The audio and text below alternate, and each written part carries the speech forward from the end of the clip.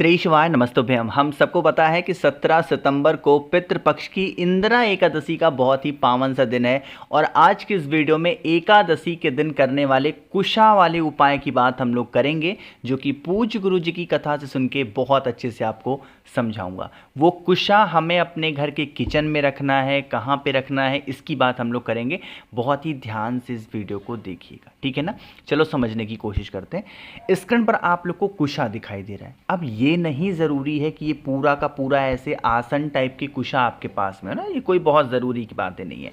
तो सबसे ज़रूरी चीज़ क्या है, आपको ये जानना होगा कि कुशा से रिलेटेड कोई भी चीज़ आपको चाहिए। जैसे आप चाहो तो जो कुशा की जो हाथों में पहनी जाती है वो ले सकते हो, या फिर कुश का इस्तेमाल पानी वगैरह देने के लिए पितरों को पितृपक्ष में भी किया जाता है। आप उस कुशा का भी इस्तेमाल कर सकते हो। मतलब कहने का क्या है, कोई सी भी कुशा आप ले सकते हो, ठीक।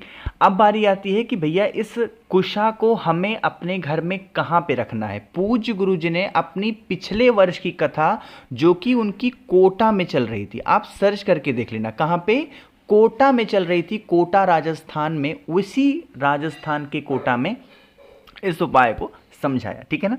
अब बारी आती है कि इस कुशा को रखना कहाँ पे। 3 जगह पूज्य गुरु जी ने बताया है रखने के लिए, कि अगर अपने घर में हम कुशा का एक टुकड़ा भी, ज़रूरी नहीं है कितने बड़े बड़े रख लो, नहीं, कुशा का मात्र एक टुकड़ा भी, एक तिनका भी अगर हम 3 जगहों पे अपने घर में रखते हैं तो इससे हमारे घर में कभी भी पितृदोष नहीं लगता है। भोले शंकर की कृपा तो घर पे बनी रहती है, बाकी पितरों का भी वास हमारे घर में बना होता है ना। तो अब बात करते हैं कि वो 3 जगह कौन सी हैं। सबसे पहला स्थान होता है, एक होता है आपके घर में लोहे वाला दरवाज़ा। अरे होता है ना, जब उस लोहे वाले दरवाजे से आप अंदर एंट्री ले लोगे तो आपको ये लकड़ी वाला दरवाजा मिलेगा। ये भी आपके घर का मेन डोर होता है। कहीं पर भी इस साइड में या फिर इस साइड में चौखट के अंदर देखो, कभी भी दिया कहीं भी लगाओ, दीपक, तो वो हमेशा चौखट के बाहर लगाया जाता है। बट अगर कोई भी उपाय करना हो और आप उपाय के दौरान कोई भी चीज़ रखते हो तो वो चौखट के अंदर। तो हम ये क्या कर रहे हैं, उपाय पितृपक्ष में अगर आपने इस उपाय को किया, कभी आपके पितृ नाराज नहीं होंगे। जो लकड़ी का दरवाजा है अंदर रख देना थोड़ी सी कुशा, ठीक। पहला स्थान। दूसरा स्थान कौन सा है, आपके घर का किचन। सबसे मेन तो यही होता है। क्यों, हम अपने घर में नॉर्मली क्या रखते हैं, जो पीने का पानी रखा जाता है, चाहे वो मटका हो, परिंदा हो, या फिर आरओ लगा हुआ हो, तो कहाँ पे होता है, किचन में होता है ना। तो आपको भी जो कुशा रखनी है वो कहाँ पे रखोगे, अपने घर के किचन में। दूसरा स्थान। तीसरा स्थान कौन सा है, जिस कमरे में आप पूजा पाठ करते हो, जिस कमरे में मान लो कि भगवान की फोटो है, मूर्ति है, प्रतिमा लगी है, वहाँ पे आप पूजा पाठ करते हो, तो क्या करना है, आपको थोड़ा सा कुशा रखना है। पूरे पितृपक्ष के दौरान जब कभी भी आपको मौका मिलता है, अगर इस उपाय को आप करते हैं तो इससे पितरों का आशीर्वाद आप पर सदैव बना रहता है, ठीक है ना। चलो आगे बढ़ते हैं। अब इस वीडियो के हम लोग अपने दूसरे उपाय की तरफ, जो कि हमें करना होगा किससे, बताओ जल्दी से, चावल के दाने के साथ में। अब बातें आती हैं कि भैया ये चावल के दाने का जो उपाय हम करेंगे, इसके हमें बेनिफिट क्या होगा। सबसे बड़ा फ़ायदा है लड़ाई, है ना। आपके घर में क्लेश बहुत होता है, लड़ाइयाँ बहुत होती हैं, आप आपस में अपशब्द भाषा का इस्तेमाल होता है, तो हमें इस उपाय को करना है। अब जैसे ही चावल का दाना आपको दिखाई दिया तो आपके माइंड में आया होगा कि भैया आज तो एकादशी है, इस दिन हम कैसे चावल यूज़ कर सकते हैं। नहीं, चावल का इस्तेमाल आप एकादशी पे खाने के लिए नहीं कर सकते हो। खाया नहीं जाता चावल बिल्कुल भी ना। जो व्रत है वो भी नहीं खा सकता, और जो व्रत नहीं है वो भी नहीं खा सकता, ठीक है ना। थोड़ा सा चावल का दाना लीजिएगा। चावल के दाने के साथ में हमें ज़रूरत पड़ने वाली है इस प्रकार से घी की। और पितृपक्ष चल रहा है, हम सभी लोग जो घी का इस्तेमाल करेंगे वो किसका होगा, गौ माता के दूध से निर्मित घी होना चाहिए। अब आपको बताने जा रहा हूँ कि घी, जैसे थोड़ा सा आपको, जैसे आपके घर में घी आता होगा, सॉरी दूध आता होगा, गौ माता का दूध अगर आता है तो उसको जो ऊपर की मलाई जमती है ना, उस मलाई को निकाल निकाल के इकट्ठा कर लिया करो, ठीक है ना। और इकट्ठा करके उसको फ्रिज में स्टोर करते जाओ ताकि ख़राब ना हो। और उसके बाद में जब आपको लगे कि मेरे पास ढेर सारी मलाई हो गई है ना दूध की, फिर उसको कढ़ाई में या फिर किसी भी चीज़ में, पात्र में डाल करके गैस पे गरम करके और आप घी बना सकते हो। हमारे घर में ऐसे ही घी बनाया जाता है। बाकी बहुत सारे लोगों को मैंने घी भेजा भी, आप पूछ सकते हो उनसे। तो आप इस प्रकार से, क्योंकि अगर पितृपक्ष में भैंस का घी इस्तेमाल कर लोगे तो बहुत पाप लगता है, इस चीज़ का ध्यान रखना, ठीक है ना। इसीलिए इतना बड़ा लेक्चर दिया हूँ कि घी अपने घर में बना सकते हो, है ना।